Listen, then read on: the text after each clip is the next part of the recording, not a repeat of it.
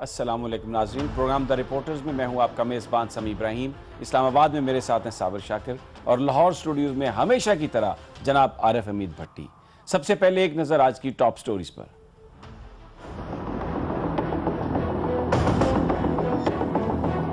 मुतनाज़ खबर का मामला, आर्मी चीफ की वज़ीर आज़म से मुलाकात, चौधरी निसार भी नवाज शरीफ से मिले। कौन जानना चाहती है, जिम्मेदार कौन है?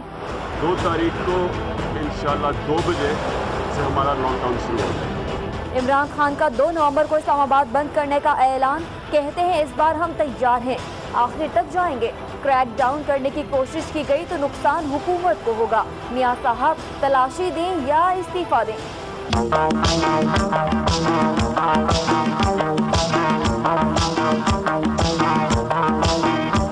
बिलावल भुट्टो की कराची में रैली, जियालों की भरपूर शिरकत। सवाल ये है, जो नवाज शरीफ बिलावल के बारे में सोचते हैं, क्या उन्हें इसका इल्म है?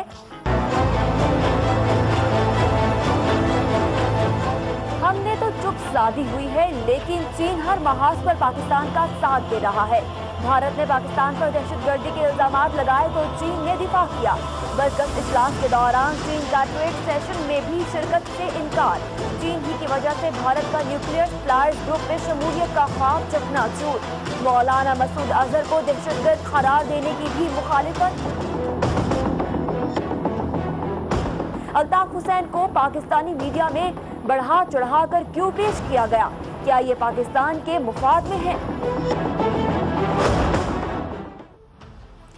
नाजरीन, आपने टॉप स्टोरी सुनी और प्रोग्राम का आगाज़ हम उसी स्टोरी से करेंगे। पूरा पाकिस्तान इस स्टोरी की ग्रिप में है गुज़श्ता एक हफ़्ते से, और वो जो नैरेटिव के हवाले से डॉन अखबार में जो ख़बर छापी, सिरिल अल्मेडा ने उसकी खबर छापी। तहकीकात कहा गया कि हो रही हैं, लेकिन अभी तक सामने कुछ नहीं आया कि क्या अभी तक सिचुएशन है। उसकी लेटेस्ट आपको ज़रूर उससे आगाह करेंगे, लेकिन प्रोग्राम का आगाज़ करते हैं। सिरिल अल्मेडा ने जिन्होंने ये स्टोरी दी, खुद ही उन्होंने अपने कॉलम में ये एतराफ़ किया है, जिसमें उन्होंने ये कहा है कि ये स्टोरी कहीं से आई थी।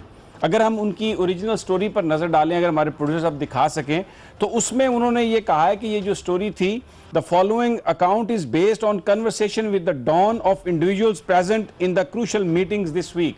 यानी वो ये कह रहे हैं कि ये जो मैंने स्टोरी दी, उससे इसलिए मैंने ये स्टोरी दी कि मेरी बहुत सारे ऑफिशियल से गुफ्तगू हुई और उसके नतीजे में ये स्टोरी दी। लेकिन जो उन्होंने अपना कॉलम लिखा इतवार को, जिसका उन्वान था ए वीक टू रिमेंबर, उसमें वो लिखते हैं, when the story landed that Thursday morning it was already never any question about any part of it. अब लैंडेड का मतलब ये है, अंग्रेजी में अगर मुझे तस्हीह कर सके मेरी कोई, लैंडेड का मतलब ये है कि स्टोरी कहीं से आई। ये सिर्फ एक जगह पे उन्होंने नहीं ये कहा कि व्हेन द स्टोरी लैंडेड, आगे जाके वो कहते हैं the story had arrived Fairlie quickly after the fateful meeting but it was published only on Thursday. आगे जाके फिर वो ये कहते हैं कि स्टोरी अराइव्ड, यानी स्टोरी लैंडेड, स्टोरी अराइव्ड। इसका मतलब ये है कि स्टोरी कहीं और से लिखी गई, कहीं और से ये स्टोरी आई। ये स्टोरी सिरिल अल्मेडा के नाम से छपी, जितना मैं समझ सका हूँ इसको।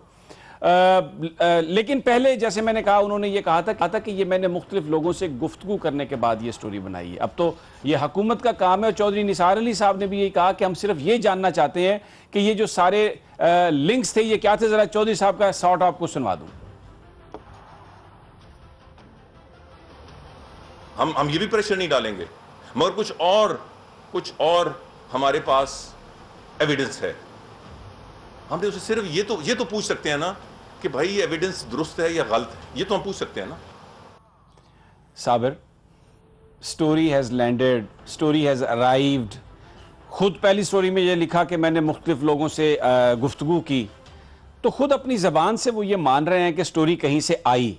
तो अब ये हुकूमत का काम है इसका पता लगाना। आप इन्वेस्टिगेशन के हवाले से भी आपके पास इंफॉर्मेशन है, उस पर भी आप बात कर लें। और ये जो उन्होंने अपने कॉलम में खुद ये इतराफ़ किया है कि स्टोरी मुझे यहाँ पर लैंड की है, ज़रा इस पर ज़रूर आप कमेंट करें। देखिए, हम तो पहले दिन से ये कह रहे थे कि उस दिन ये ख़बर जो है वो एक सहाफ़ी की तलाश में थी और एक नाम मांग रही थी कि उसको नाम मिल जाए। वो मुख्तलिफ़ जगहों पे गई और एक और हमारे रिपोर्टर हैं, सीनियर रिपोर्टर, उनको भी टेलीफोन के ज़रिए ये नोट्स लिखवाए गए थे कि ये स्टोरी है, लेकिन उन्होंने नहीं दी, समझदार थे। तो अब इनडायरेक्टली तो अल्मेडा ने ना ये बात लिख के कि story landed and the story had arrived, ये बात कह के उन्होंने एतराफ़ कर लिया और एक मैसेज कन्वे कर दिया कि जनाब ये मेरे पास आई थी, मैंने इस खबर का पीछा नहीं किया, खबर मेरा पीछा कर रही थी। और वो सोर्स ज़ाहिर है वो कहते हैं मैं नहीं बताऊंगा, लेकिन उन्होंने ये बता दिया, हकीकत बता दी, सच बता दिया। मेरा ख्याल है कि ये सफिशेंट है जो कुछ उन्होंने कहा, और एक जर्नलिस्ट को यही कहना है, सच बोलना चाहिए, तो उन्होंने सच बोला। अब एग्जैक्ट यही चीज़ आगे फिर जाके इन्वेस्टिगेशन में भी चौधरी निसार साहब ने भी कहा।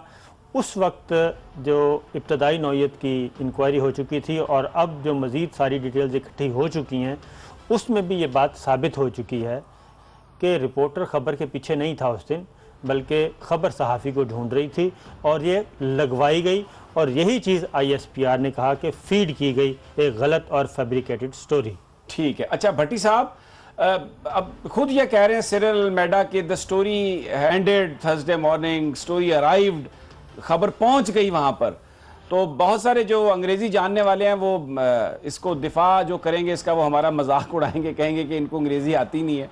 लेकिन जो मेरी समझ में आई, जो मैंने डिक्शनरी देखी, अराइव्ड और लैंडेड का मतलब यही है कि कहीं से पता नहीं नोट्स आए होंगे, व्हाट्सएप के जरिए आए होंगे, किसी ऐसे नंबर से आए होंगे जो किसी और के नाम पर रजिस्टर्ड होगा, या किसी ने आके कोई कहानी बताई होगी। आप क्या कहते हैं? बिस्मिल्लाहिर्रहमानिर्रहीम। समी साहब, सीरियल अल्मेडा कोई एक है, हर दफ्तर में बैठा है, नहीं जो बनता उसको बना दिया जाता है। ये तो कोई इशू ही नहीं है।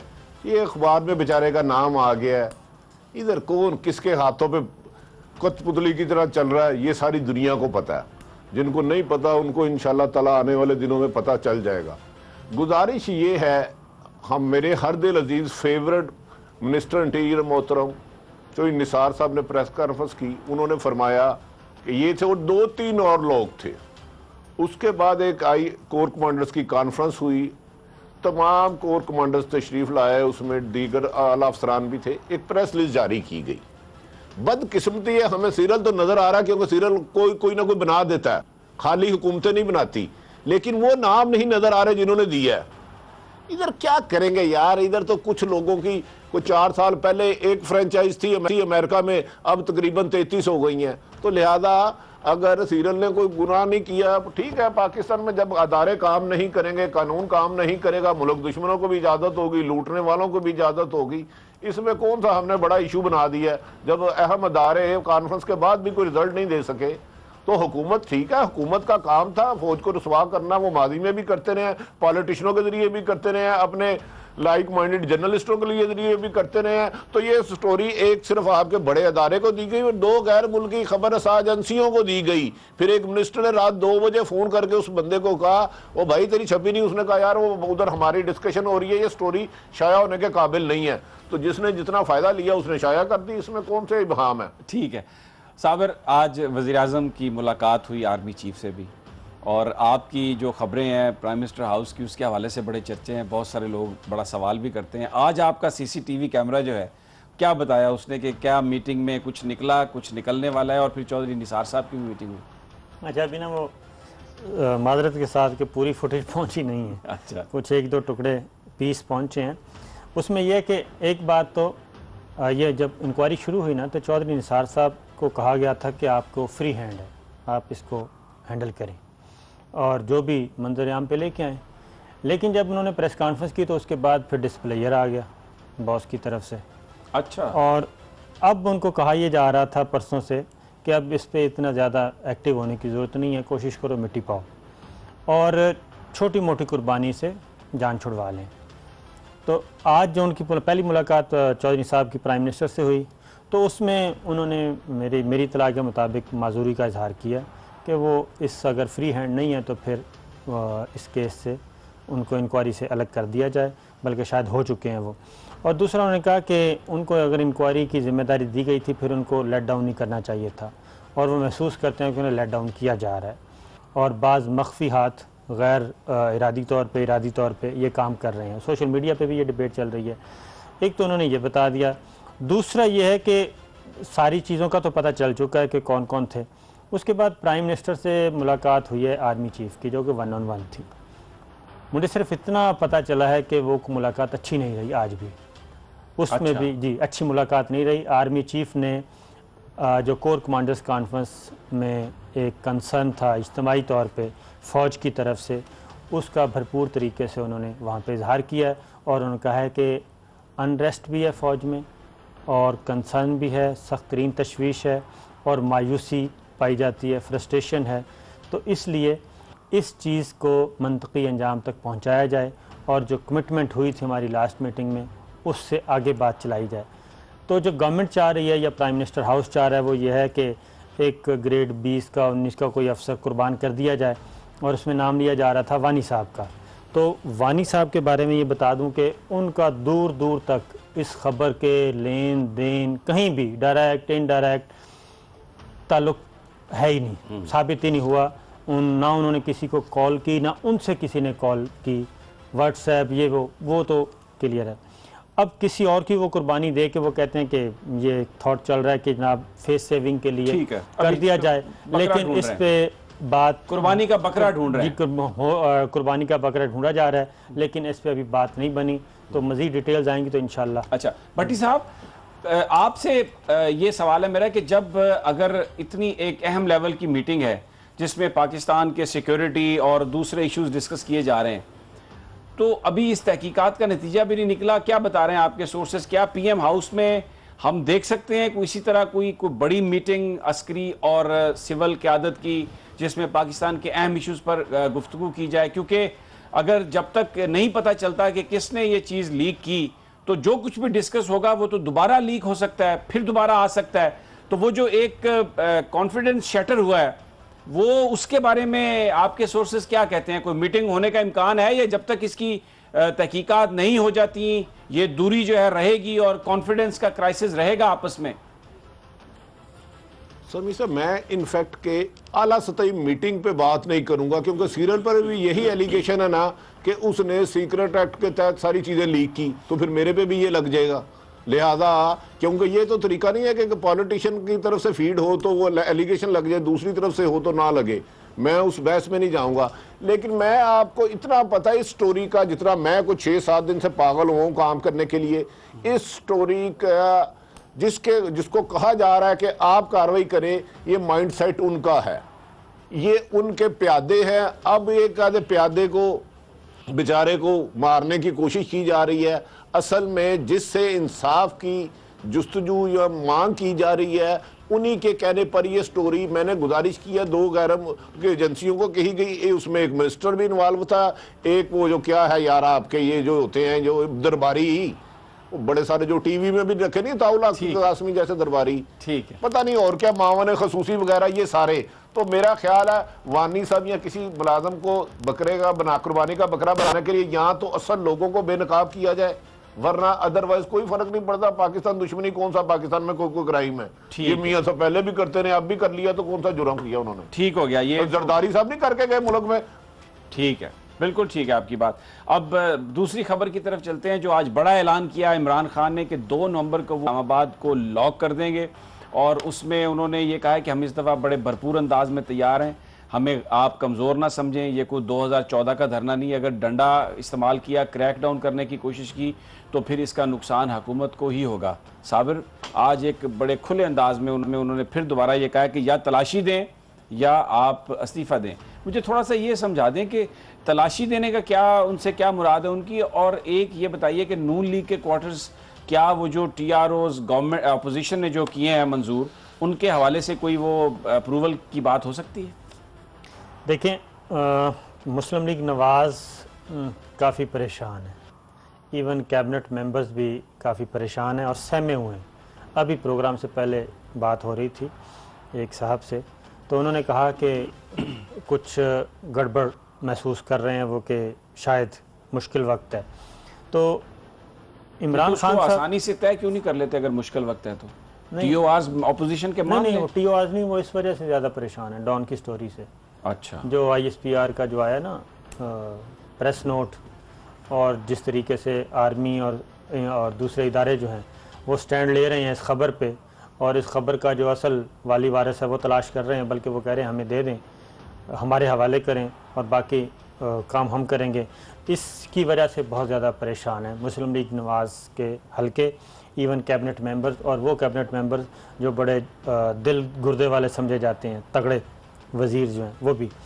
तो जहाँ तक बात है इमरान खान साहब का, उन्होंने तो ज़ाहिर है यही काम करना है, अपोजिशन में वो तो हर हद तक जाएंगे। और जब अपोजिशन में थी पीपल्स पार्टी, वो भी यही काम करती। मोहतरमा बेनज़ीर भुट्टो ने भी लॉन्ग मार्च किया, जलाओ घिराओ हड़ताल, शटर डाउन और पहिया जाम, मियाँ साहब भी यही काम करते रहे हैं 88 से 99 तक। अब मुस्लिम लीग नवाज़ के इरादे कोई ख़तरनाक लग रहे हैं, क्रैकडाउन करेंगे। ठीक है, मैं ये इस पर बात करते हैं। भट्टी साहब आपकी तरफ भी आता हूं और परवेज रशीद साहब का भी एक शॉट आपको सुनवाएंगे जिसमें थोड़ा सा उन्होंने तासर देने की कोशिश की है। ये एक हमें आइडिया दिया है कि गवर्नमेंट किस तरह से इसको हैंडल करेंगी, कामयाब होती है या नहीं, इस पर हम बात करते हैं, लेकिन एक मुख्तसर से वक्फे के बाद।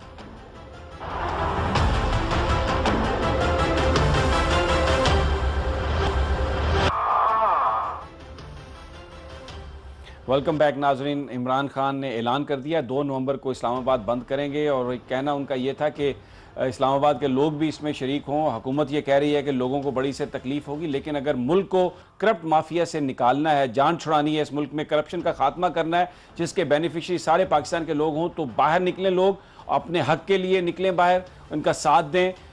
भट्टी साहब, गवर्नमेंट तो क्रैक डाउन का प्रोग्राम बना रही है, क्योंकि जो परवेज रशीद साहब ने कल जो जलसा किया उसमें उन्होंने ये कहा है कि जनाब मैं आपसे शर्त लगाने के लिए तैयार हूं कि 30 तारीख को इमरान खान साहब नजर ही नहीं आएंगे बिल्कुल।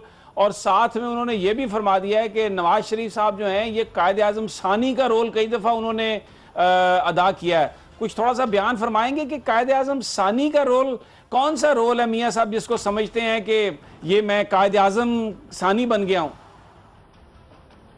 देखिए, मेरे तो मियाँ साहब फेवरेट बनते जा रहे हैं।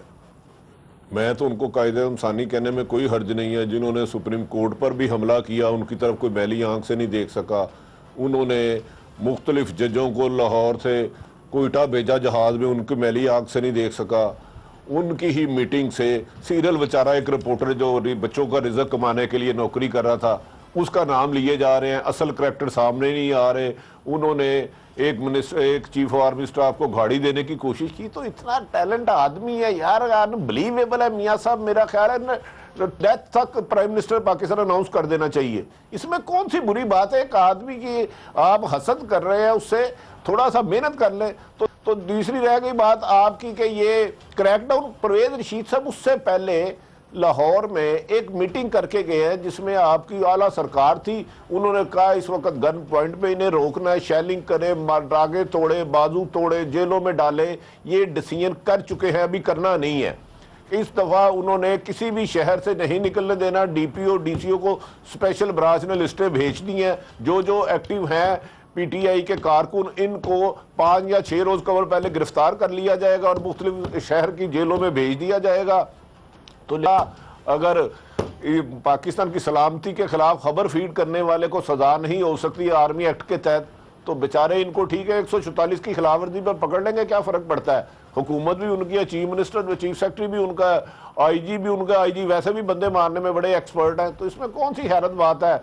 जमहूरियत में वैसे भी ना पुरअमन एहतजाज का अल्फाज निकाल देना चाहिए। जमहूरियत दुश्मनी लगती है। अच्छा, ठीक है। एहतजाज का हक नहीं है, क्योंकि माजी में ना कभी पीपल्स पार्टी ने एहतजाज किया, ना नून लीग ने किया, ना काफ लीग ने किया, ना जमात इस्लामी ने किया, ना मौलाना फजलुर रहमान साहब ने किया, ना असवद यार वली साहब ने किया, ना महमूद एहतजाज तो कभी हुआ ही नहीं। ये इमरान खान साहब पहली रस्म क्यों डाल रहे हैं एहतजाज की? वो भी करप्शन के खिलाफ, वो भी मुल्क दुश्मनों के खिलाफ। ये ज्यादती है, मेरा ख्याल है क्रैकडाउन होना चाहिए। ठीक है। अच्छा साबिर, एक तो जो इमरान की आज बात थी जिसमें उन्होंने कहा कि ये सारी जमातें मिली हुई हैं और ये करप्शन के खिलाफ बिल्कुल नहीं आएंगी, और ये जो इनके जो ऐलानात हैं वो सिर्फ एक हमें बेवकूफ़ बनाने के लिए हैं। ये मुझे आप बयान फरमाएं कि ये जिस तरीके से इमरान खान ने ये कहा है कि वो आएंगे और सब कुछ करेंगे, इस्लामाबाद का एक अपना मंजरनामा है। 2 तारीख भी उन्होंने आगे इसलिए की है कि वकला को अपने साथ में लाना चाहते हैं। आज उन्होंने टीचर्स को भी कहा, क्लर्क्स को भी कहा, ख़ास तौर पर फार्मर्स को भी कहा। यहाँ पर पल्स क्या, आपकी एडमिनिस्ट्रेशन वालों से बात हुई होगी, वो किस तरीके से इसको हैंडल करेंगे?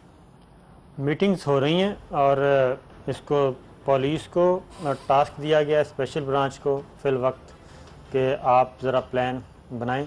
और उसमें यही है कि जो ज़्यादातर अभी तक राय दी गई है वो ये है कि इनको यहाँ पे गैदरअप ना होने दिया जाए, इस्लामाबाद और पिंडी में इनको इकट्ठे ना होने दिया जाए, बल्कि 10 दिन से रोकेंगे उसको। जी 10 दिन पहले क्रैक डाउन शुरू करें, जैसा भट्टी साहब ने बताया, गिरफ्तारियाँ, और उसमें जितने भी एक्टिव लोग हैं ABC कैटेगरी के जितनी भी लीडरशिप है इनकी डिस्ट्रिक्ट लेवल पे, उनको अरेस्ट करें और उनको नज़रबंद करें। और वही नक्शे अमन, अंदेशा है नक्शे अमन, और 16 MPO ये भी है, 16 MPO के तहत आपको पता है 90 दिन के लिए बंद किया जा सकता है, ये लगाएं। और साथ ही साथ 4-5 दिन पहले, 2 नवंबर से 4-5 दिन पहले इमरान खान साहब को अरेस्ट कर लिया जाए। अच्छा, इमरान खान साहब को, और एक जो कैटेगरी है इमरान खान और शाह महमूद कुरैशी, जहांगीर तरीन, जितने भी एक्टिव लोग हैं, इनको 4-5 दिन पहले अरेस्ट कर लिया जाए।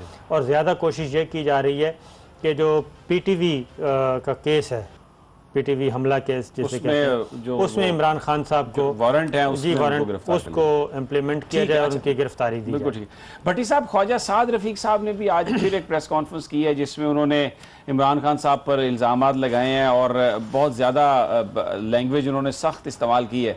इससे पहले जब तारुल कादरी साहब का धरना था तब भी इन्होंने, ख्वाजा साहब ने बड़ी सख्त लैंग्वेज इस्तेमाल की, तो फिर हमने देखा कि उस धरने में क्या हुआ था। तो अभी ये जो लैंग्वेज जिस तरीके से उन्होंने इस्तेमाल की है, तो ये तो ऐसा है कि फिर कहीं वो मॉडल टाउन वाला वाकया, कहीं खुदा ना खास्ता इस तरह की कोई चीज़ ना हो जाए। समी सब गुजारिश है, मैं किसी मीटिंग का रुदात नहीं सुनाऊंगा। मैंने सीना गदड़ जो सुना है, ख्वाजा आसफ ने इससे ज्यादा गलीज बातें की थी, उसको किसने क्या कर लिया आपकी किसी भी अदारे ने। तो लिहाजा गुजारिश ये है, साबर साहब ने जो बड़ी तफसील बात बता दी है, इसी तरह 3 कैटेगरियां बनाई गई हैं। पहले मरहले में किसको पकड़ा जाएगा, दूसरे में पकड़ा जाएगा।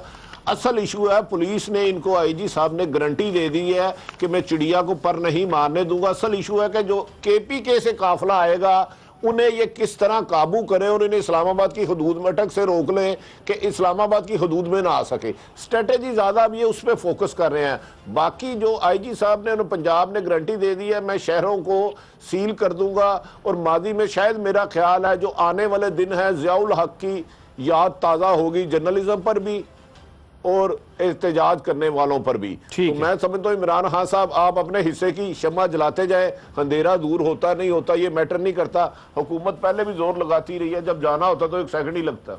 आपने ज़ियाउल हक की बात की, उसकी याद की बात की, तो पीपल्स पार्टी ने एक रैली की है बिलावल भुट्टो ने कराची में, जिसमें बहुत सारे लोगों ने शिरकत भी की है, उसमें उन्होंने बड़ी तकरीर भी की। लेकिन आज आपको जो एक सबसे पहले वीडियो क्लिप दिखाना चाहता हूँ बिलावल भुट्टो की रैली पर, बाद में बात करेंगे।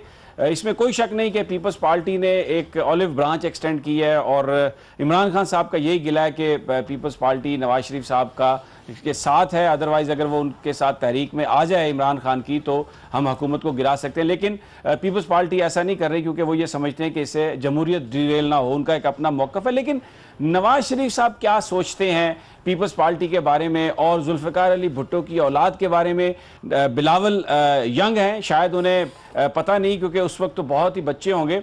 लेकिन एक मैं आपको क्लिप सुनवाना चाहता हूँ जिसमें नवाज शरीफ साहब बयान फरमा रहे हैं भुट्टोज़ के बारे में, उस ख़ानदान के बारे में, जुल्फ़िकार अली भुट्टो की फांसी के हवाले से उनकी जो पॉलिटिक्स रही है। अब तो वो बड़े जमहूरियत के चैंपियन है इस वक्त। ज़रा वो आप नाज़रीन वो ज़रा क्लिप सुन लें। मौसम से जनरल ज़ियाउल हक साहब रहमतुल्लाह अलैह। और फिर मैं आपको ये भी बताना चाहता हूँ कि पिंडी के अंदर जिस जगह पे भुट्टो को फांसी दी गई थी और फांसी दी थी तारा मसीह ने, उस बाग में उसके लिए एक जगह मार्क की गई है। उस बाग पे करोड़ों रुपया खर्च किया जा रहा है, उसमें वो और भुट्टो की फांसी से उसको मंसूब किया गया है और उसको गालिबन भुट्टो पार्क रखा जाएगा। हम उसको मकाम इबरत का नाम देंगे कि ये मकाम इबरत है, इससे सबक सीखो। मकाम इबरत। और ये मुकाबला करेंगे जो कहते हैं रात को थोड़ी सी मैं कभी कभी पी लेता हूं, उसकी औलाद हमारा मुकाबला करेगी, उसकी औलाद हमारा मुकाबला करेगी। और भुट्टो की जो फांसी है उसको वो जाए इबरत का निशान वो समझते हैं और ये वो बनाएंगे। ये हैं नवाज शरीफ साहब के ख्यालात जो अभी आजकल बड़े जमहूरियत के चैंपियन हैं। और इस मुल्क में बहुत सारे जो लिबरल लोग हैं वो ये कहते हैं कि नवाज शरीफ साहब को इस वक्त उनकी सपोर्ट करना बिल्कुल जमहूरी निज़ाम को बचाने के मुतरादिफ है। साबिर कह रहे हैं कि भुट्टो की औलाद को भी हम देख लेंगे और वो इनका ये हमारा क्या मुकाबला करेंगे।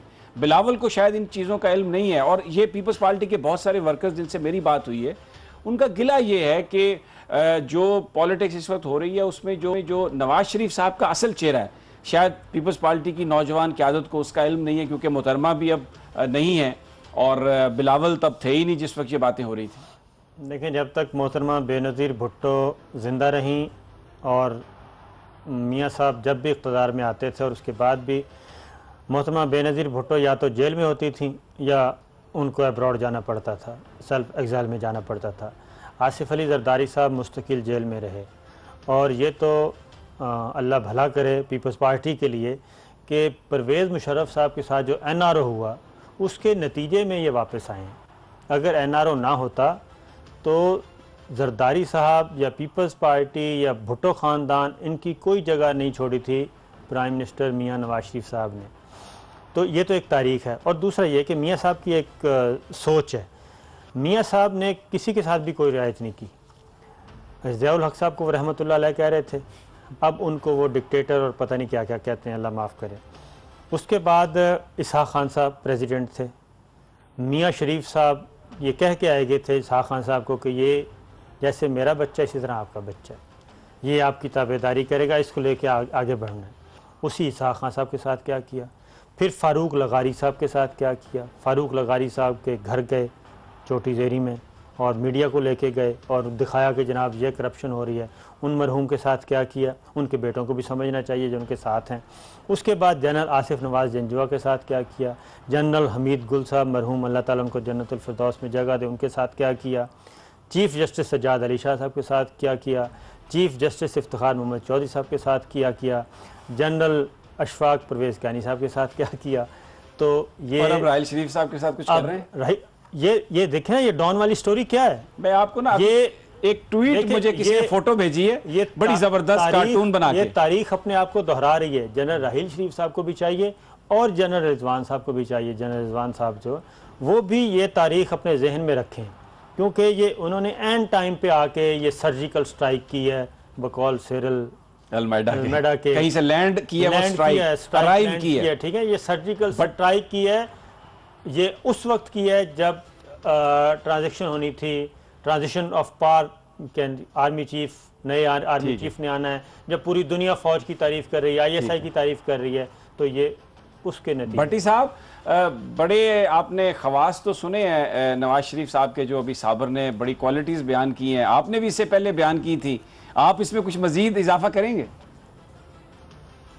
नहीं, गुजारिश ये है, मुझे मियाँ साहब का तो ज़्यादा नहीं इल्म, मैंने नहीं ज़्यादा कवर किया क्योंकि मुझे तो अक्सर डिक्टेशन आती है।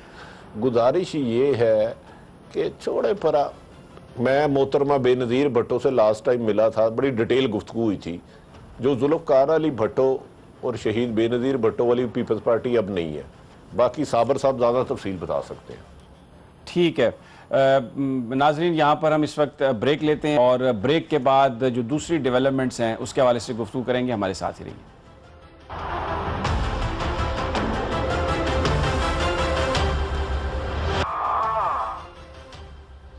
वेलकम बैक नाजरीन।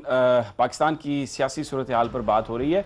अनीस खान एडवोकेट हमारे साथ हैं, PSP से उनका ताल्लुक है। उनसे दो इश्यूज़ पर बात करेंगे। एक तो उनकी राय इस पे लेंगे कि जैसे ये खबर आई कि मनी लॉन्ड्रिंग चार्जेस ख़त्म हो गए अल्ताफ़ हुसैन के बारे में, तो Pakistani media, main stream media, उन्होंने पूरे के पूरे उस पर प्रोग्राम कर दिए और एक तरीके से उनको ग्लोरीफाई किया।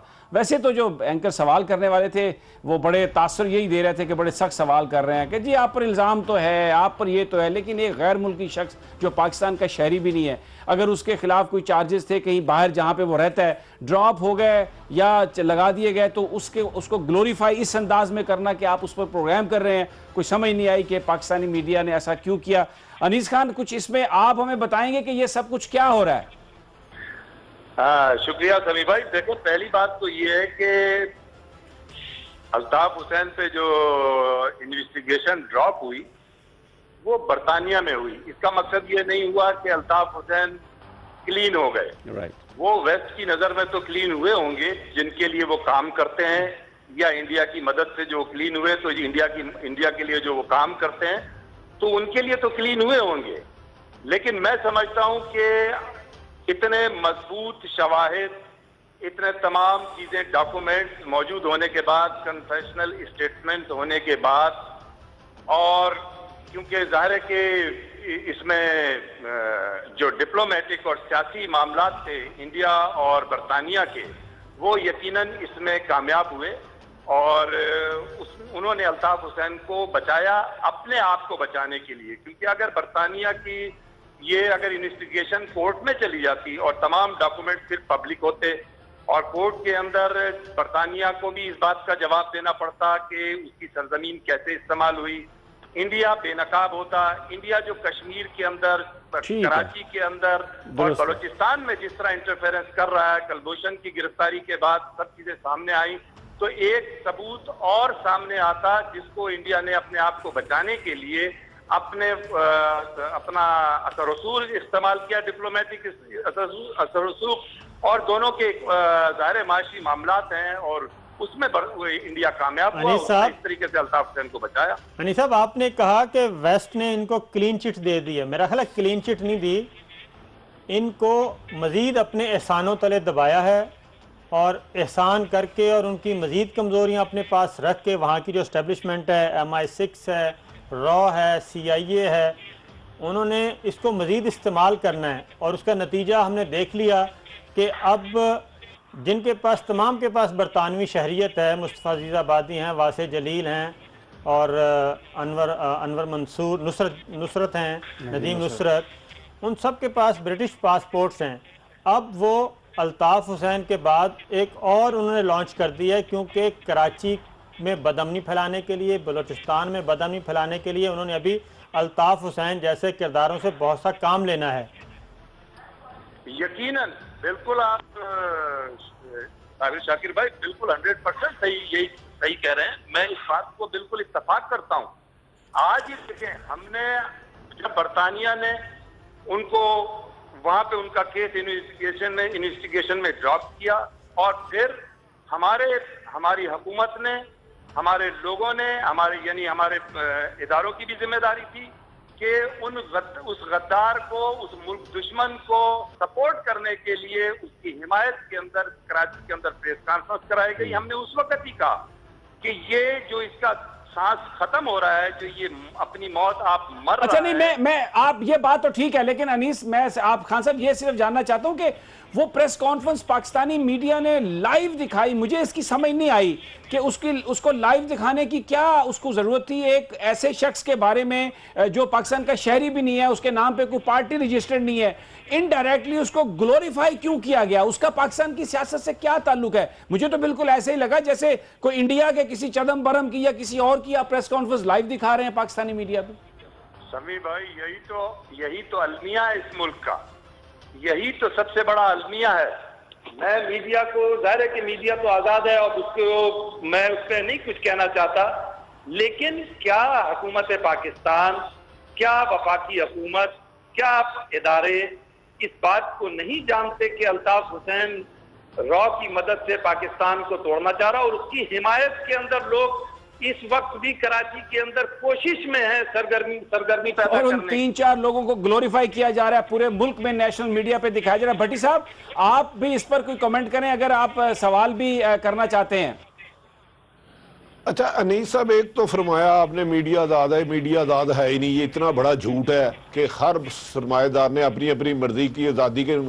आप फरमाए मुस्तफ़ा कमाल साहब की आज मैं प्रेस कॉन्फ्रेंस सुन रहा था, उन्होंने पहले खाली मीड पे वो उधर मिडल ईस्ट में नहीं उन पर इल्ज़ाम लगाया गया, पाकिस्तान के तमाम अदारों ने कहा वो राह के लिए अल्ताफ हुसैन साहब काम करते हैं, हमारी पाक फौज ने कहा, तमाम सियासी जमातों ने कहा, लेकिन फिर भी कोई बड़ा अदारा उनके खिलाफ कार्रवाई नहीं कर रहा है। एक गैर मुल्की आदमी आ रहा है पाकिस्तान में, वो मीडिया उसकी कवरेज कर रहा है, वो पाकिस्तान के खिलाफ जहर उगल रहा है कि हमारे 9-0 गलत बंद किया गया। आप किससे उम्मीद रख रहे हैं?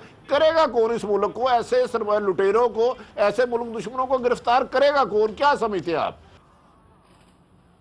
भट्टी साहब, ये दर्द भरी दास्तानें कि कौन करेगा, क्यों करेगा, ये अब आवाम को, लोगों को भी सोचना चाहिए और उन लोगों को इस संजीदगी के साथ इस बात पर गौर करना चाहिए कि क्या इसी तरीके से वो पाकिस्तान को चलाएंगे, ठीक है, क्या इसी तरीके से पाकिस्तान को वो एक मैं अनीस खान साहब, मैं क्योंकि वक्त कम है, मैं सवाल आज का करना चाह रहा था जो आज प्रेस कॉन्फ्रेंस हुई है जिसमें इशरतुल अबाद पर बड़े संगीन इल्जाम लगे हैं कि उन्होंने बड़ा माल बनाया है, ये इसकी कुछ हमें बताएंगे, क्या इसके पीछे है, शवाहिद क्या हैं? पहली बात तो ये कि समी भाई, मैं अपने चेयरमैन की एक एक बात को एंडोर्स करता हूं और पूरी पार्टी चेयरमैन की इस बात को न सिर्फ एंडोर्स करती है बल्कि अपने चेयरमैन के साथ खड़ी हुई है। नंबर 2 बात कि याद रखें, कत्ल का चश्मदीद गवाह डॉक्यूमेंट लेके नहीं घूम रहा होता, अदालत के अंदर चश्मदीद गवाह की चश्मदीद गवाही चलती है। इस बारे में इन्वेस्टिगेशन होनी चाहिए और गवर्नर को रिजाइन करना चाहिए, गवर्नर को बाहर जाने की इजाजत नहीं होनी चाहिए और फिर दूध का दूध, पानी का पानी सामने आ जाएगा, दूध का दूध हो जाएगा, पानी का पानी हो जाएगा कि क्या क्या स्याह है और क्या सफेद है।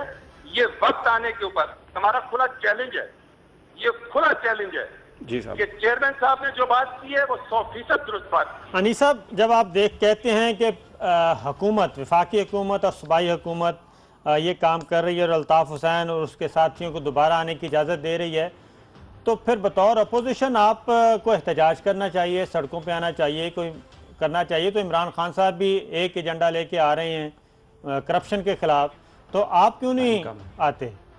देखिए शाकिर भाई, हमें अभी 6-7 माह कबल हमने अपनी पार्टी को बनाया है और हम अपनी ऑर्गेनाइजेशन कर रहे हैं और हम वक्तन फवक्तन तमाम चीजों पर अपने ख्यालात का खुलकर इजहार करते हैं, चाहे वो वफाकी हुकूमत हो, चाहे सूबाई हुकूमत हो, चाहे करप्शन के मामला हो, चाहे पनामा लीक्स हो, चाहे अल्ताफ हुसैन की रॉ के साथ अटैचमेंट हो, चाहे अब गवर्नर साहब की अल्ताफ हुसैन के साथ तमाम मामला की उसके नॉलेज में होना, रॉ के एजेंट के, और फिर उसको गवर्नर, वफाक का नुमाइंदा गवर्नर एक बड़ी अहम पोस्ट है जी। अनीस खान साहब, आप बड़ी अहम बात कर रहे हैं लेकिन मैं माफी चाहता हूं, वक्त खत्म हो गया आपका और साबिर शाकिर और आरिफ हमीद भट्टी का। बहुत कल फिर मुलाकात होगी, तब तक इजाजत दीजिए, अल्लाह निगहबान।